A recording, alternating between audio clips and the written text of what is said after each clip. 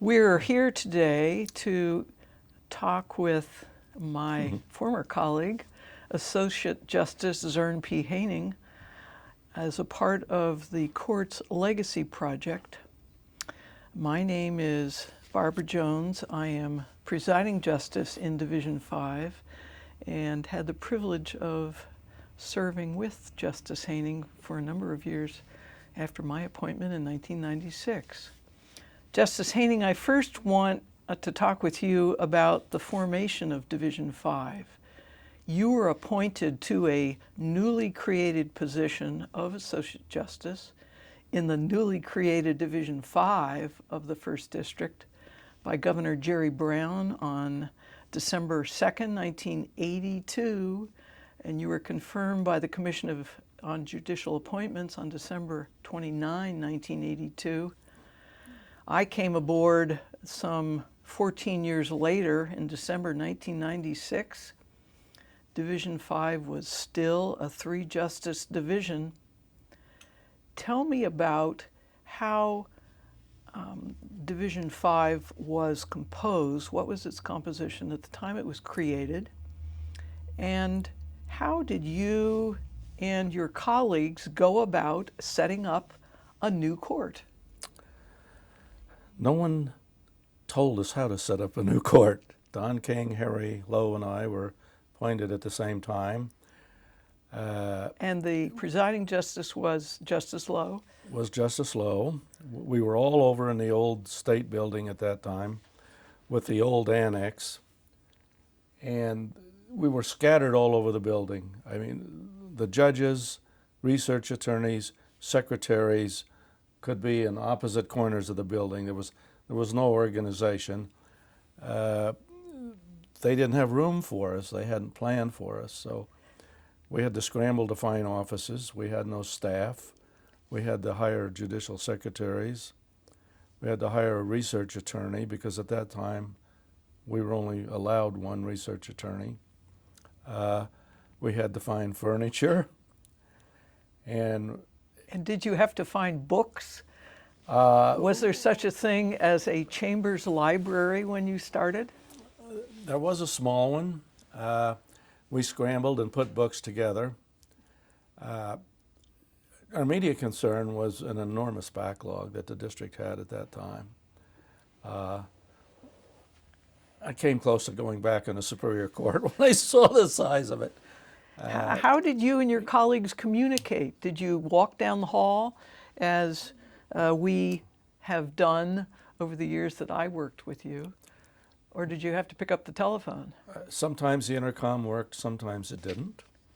We'd walk down the hall. We didn't have computers. We didn't have email. We had no electronic form of communication. So we would get together. We'd always go to lunch together. We'd meet in someone's chambers and talk about the cases. That's how we did it. You spoke of a backlog. Tell me about the size or the scope of the backlog that you had to address. I can't give you numbers per se, but I can tell you that many of the cases that we inherited had been fully briefed for over 4 years. The average age was about 3 years. That was a challenge because, as you know, the law changes, the statutes change, and new appellate opinions are published, which change the law. At the same time, was there a inventory of new cases coming to Division 5 through the clerk's office? Yes, we immediately started picking up our own inventory of new cases and also petitions for extraordinary writ. Habeas corpus, mandamus, that sort of thing. Can you give me some kind of an idea how you addressed the backlog? Did you assign them en masse to one of the 3 chambers as the authoring judge?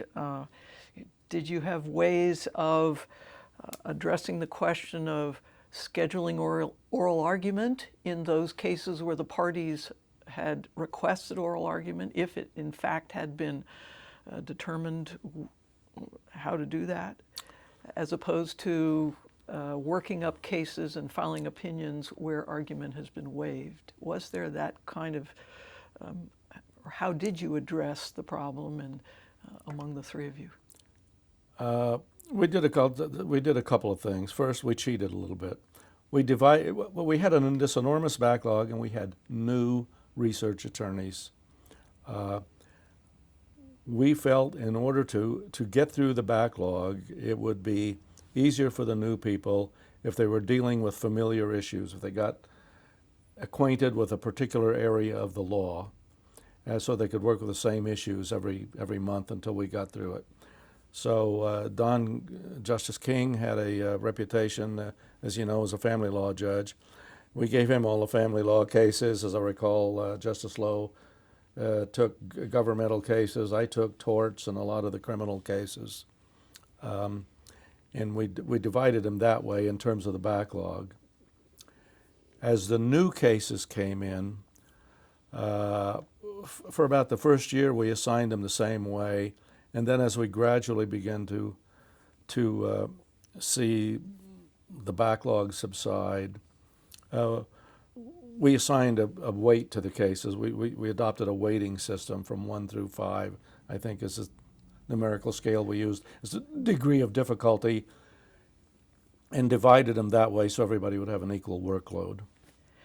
Did the length of opinions or the type of opinion that you wrote in addressing each of the appeals change as you worked through the backlog? Were there any summary opinions written as to some of these cases?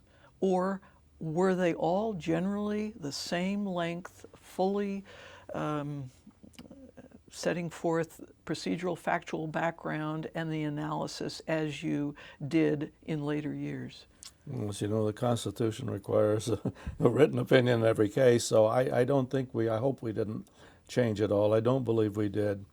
You have to remember that, I'm sure perhaps you don't remember, at that time when I joined the court, they had a very active settlement program sponsored by the American Bar Association, and I was active in that. And in addition to our other workload, we had a fairly active settlement calendar. That dried up when the ABA funding left the court, quite frankly, and then we continued it on our own, as you know, after that. But we worked hard to settle cases at that time, and we were settling about 45%. Were these cases assigned or distributed from other divisions? That is, did Division 5 work to settle cases that were assigned to other divisions and then vice versa? Yes, yeah, we obviously didn't try to mediate cases that were in our own division. And the judges themselves served as the mediators? The judges themselves served as the mediators. Did you have any type of word processing equipment to assist you in this process? We had yellow pads and pens. The secretaries had a very primitive form of word processing. They used the old Wang system, which has, it's what's called, they have an ASCII set, but it's a very proprietary system. But only the secretaries, judicial secretaries had that. We had Scotch tape, yellow pads, erasers, Dictaphones. that sort of thing. It was a cut and paste operation. In 1982 and now, the First District was located in the old State Building on McAllister Street, 350 McAllister Street, across the street from Brooks Hall on the Civic Center Plaza. You had told us that the justices were housed all over the building. Right. Were some in what might be described as the newer portion of the building or the complex on Golden Gate Avenue, and some on McAllister Street?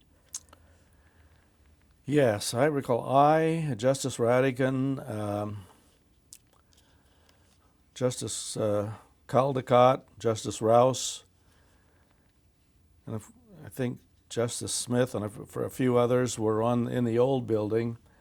Others were scattered throughout what we call the annex, which is that portion of the state building attached to the original state building, in no organized fashion. I mean, my secretary was in a different building than I was in. What type of library support did the First District have? We didn't have a librarian at that time. We did have a central library. Judges had books in their chambers. Of course, the Supreme Court's library was on the same floor. They had some books we didn't have. We had some volumes that they didn't have. So it really wasn't a very efficient system. If you want to ask me about the earthquake, I'll tell you some more about our library. Well, that is indeed one of my next questions. At some point, I'm trying to remember when, the Loma Prieta earthquake occurred in San Francisco or in the Bay Area. What was the condition of the building?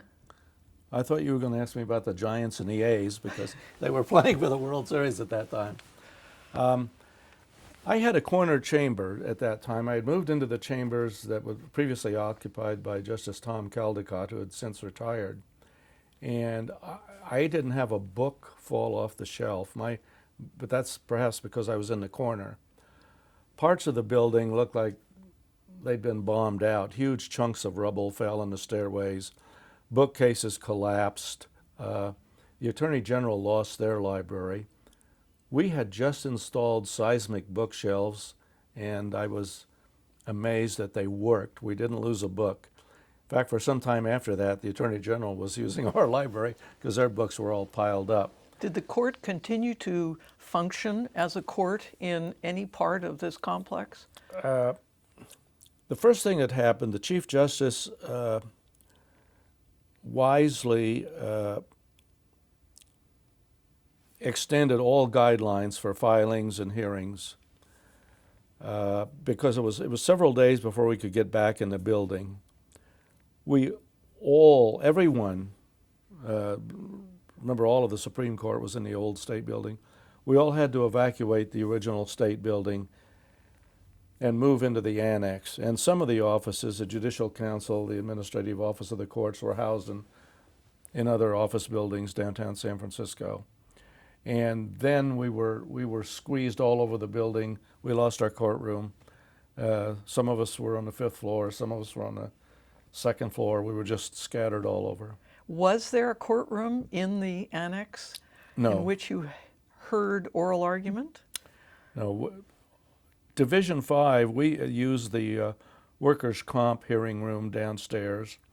Some of the divisions went to, what's the name of this other state building over here in the Civic Center, went over there and used their facilities. We decided it was easier to stay in the building because the clerk has to transport files back and forth, and it was just easier to stay in this building.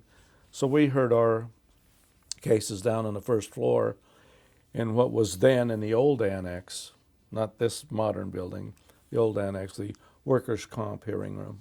Then you did have access to the record through this process or this time period when you were still in the Civic Center location. We did. Eventually, the court moved to Marathon Plaza.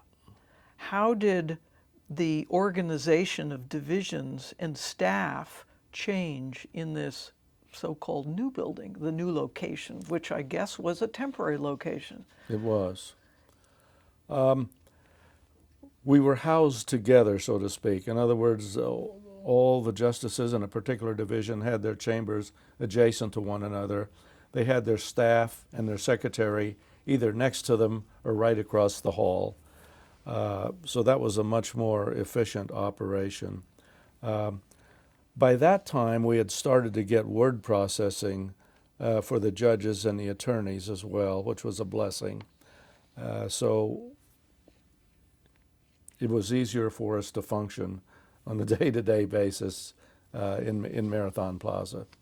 I'd like to focus on that. When I joined the court, you were chair of the First District's Computer Committee, and I believe you're known to have a long-standing interest and, I would say, expertise in information technology and computerization. Tell us about how the First District became automated. How did it change from the yellow pad and dictaphone era to its present era when we're all networked? Division 5 was the first division to be to become automated, but because we were the smallest. It was probably the least expensive way to go. There were only 3 of us. Originally, what we got were simply word processors.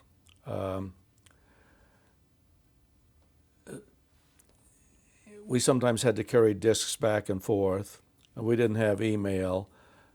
We didn't have any of the sort of software you think of when you have a computer today. We had word processing ability, and that was it. But that was tremendous because it enabled us to get our opinions out more quickly. And did staff, that is the research attorneys as well as the judicial assistants, have word processing workstations? Yes, they started to get them, but that's all they had, just with the workstations. Interestingly, they fought against them. They didn't want to give up their typewriters. They rapidly did when they found out how easy it was to use word processing. And then many of us who had computers at home got what we call translator programs, so we could work at home on the Wang system. Because in those days, you did a lot of work at home.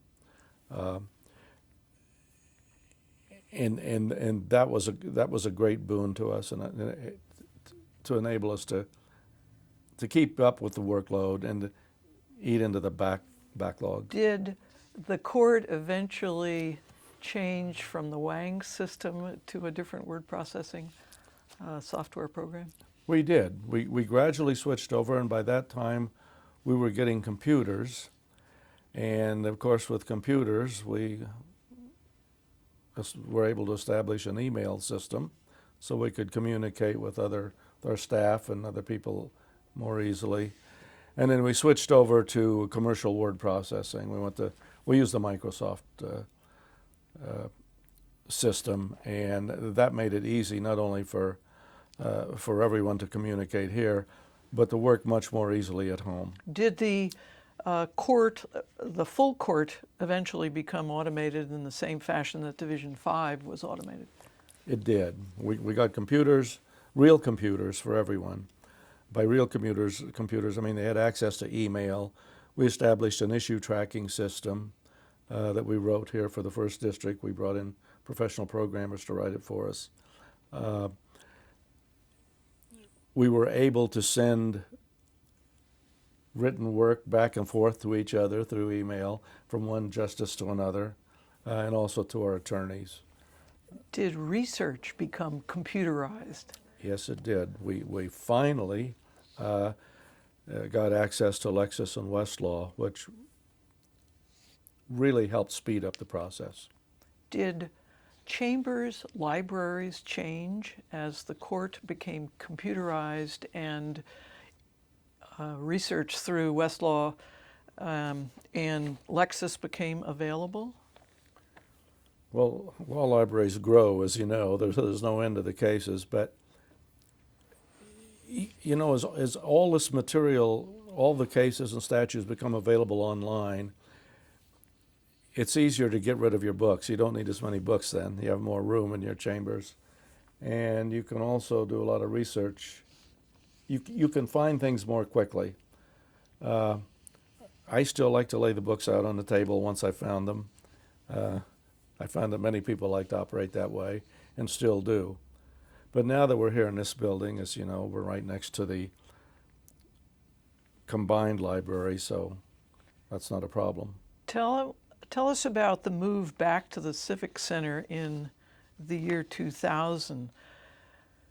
Were divisions organized differently, or did the arrangement that was in place in Marathon Plaza continue here at the Civic Center?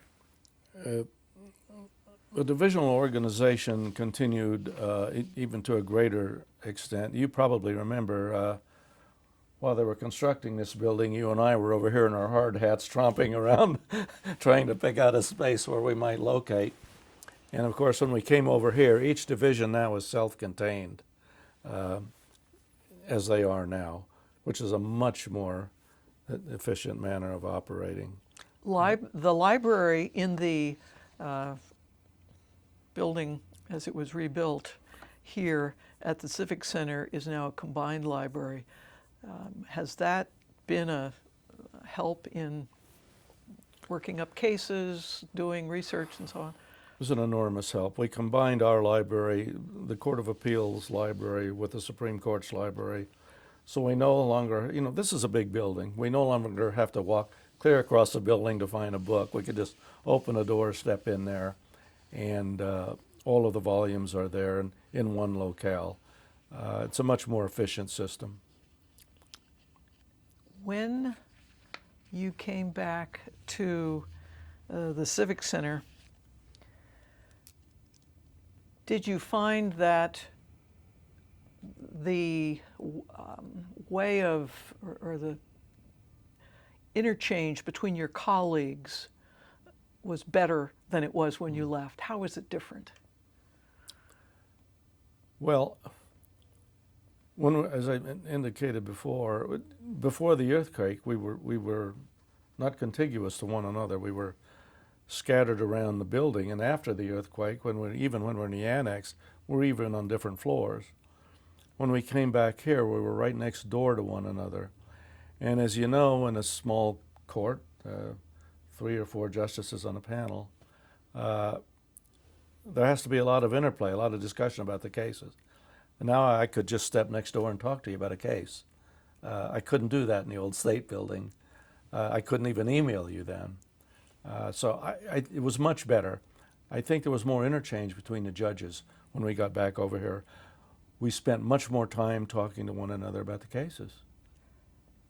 Did Division 5 conference cases before argument, the cases that were on the argument calendar in the old building before the Loma Prieta earthquake? We did. We've always operated the same way. We always had a case conference prior to oral argument, in which we discussed not only the cases that are going to be argued, but those in which argument had been waived. And then after oral argument, we always met again, immediately after the argument, usually the same day, to see if anyone had said anything that had altered our perspective, given us new thoughts on the case, make sure we were going the right way. And that was the system all the time I was on the court. I have to say that during the time that I have served in Division 5, the conferencing system has been a boon to me as presiding justice, as it, I suspect, was to presiding justice Clint Peterson, my predecessor, and the other judges on the panel. Well, we didn't just conference on the cases. It made it much easier to conference on the writs. As you know, we have no control over the writ petitions that come in. One could come floating in here in the next 15 minutes. And they always have short timetables, which means they demand your immediate attention, which means we have to get together and decide them, as you know, very quickly. The current arrangement, the way the divisions are located now, makes that much more efficient. And as you recall, we always met at that round table in my chambers, and we dealt with the writ petitions as they came in. And I might add a footnote, we still discuss writs around the round table in the chambers that is now occupied by the judge that succeeded you, Justice Simons. I'd like to talk a little bit about your professional history. You went to law school in Kansas. You're not going to embarrass me now, are you, Justice Jones? Did you grow up in Kansas? I did. And when you graduated from law school, class of 1962, Washburn University of Topeka School of Law, I read that you were editor-in-chief of the Washburn Law Journal. And then You can fool some of the people part of the time. you were admitted to the Kansas bar, New Mexico bars Yes. in 1962, and then came back to California. You went to college in California? Yes. And Well, I started at the University of Kansas and made the mistake of dropping out of ROTC so I could swim. And my draft board found out about it, so my education was interrupted. eventually, when you finished law school, came back to California for your private years when you were in private practice, from 1965 through 1981, which was when you were appointed to the San Mateo Superior Court. Yes. Tell me about your practice. What areas did you focus on? Civil, criminal, both? Both. Early, I ran the Defender program in San Mateo County several years ago for a while, and then I chaired the committee that oversaw it. San Mateo County doesn't have a public defender. They have what's called a private defender, where the cases are dealt out to private counsel who agree to represent indigent clients for a particular fee. So I handled a lot of criminal work, and basically we had a civil litigation practice. You were then appointed to the San Mateo Superior Court, That's correct. where you served for 2 years before your appointment to the Court of Appeal. Yes. Do you have any thoughts on how your years in private practice prepared you for your role as a judicial officer? Well, if you spend a lot of time in the courthouse, you're comfortable there. So that helped a lot. And you have to remember, at the time I went on the bench, I had appeared in front of every judge in the county. I'd tried cases in front of them. I'd worked with them on bench bar committees. These were people I had known for some time, so it was a comfortable fit for me. I knew these people. As I indicated, I tried cases before them. They knew me, and it was a good working relationship. You were also active in local bar activities, as well as the California State Bar. One of the positions you held was vice president of the California State Bar. That's right. And before that, the Board of Governors of the State Bar. I was on the Board of Governors for 3 years. And you spent a good bit of time teaching. Tell me a little bit about that. Yeah, that probably occurred by accident rather than design. I've done some lecturing in the old days, CEB, in the last several years for the Rudder Group. I've done various programs for Rudder, but primarily annually we put on a couple of seminars for personal injury, wrongful death, and associated torts. Do you also write? I do. I'm one of the authors of their personal injury practice. Since you have left us, retired from the First District, have you continued to pursue hobbies? And what do you do for fun? I go fly fishing. And have you done that for a long time? Since I was about 8 years old, yes, a long time. Rumor has it that you float the rivers I do. in Montana. I do. And not just Montana, all over the West. And is there a skill, technique that one develops in fly fishing that takes a long time to develop? Are you good at it? You try awfully hard not to slip in the river and drown, and to keep your boat free of water. And other than that, you'll do okay. Justice Haining, thank you very much for coming back to Division 5. My pleasure. And I've enjoyed our visit this afternoon. Thank you.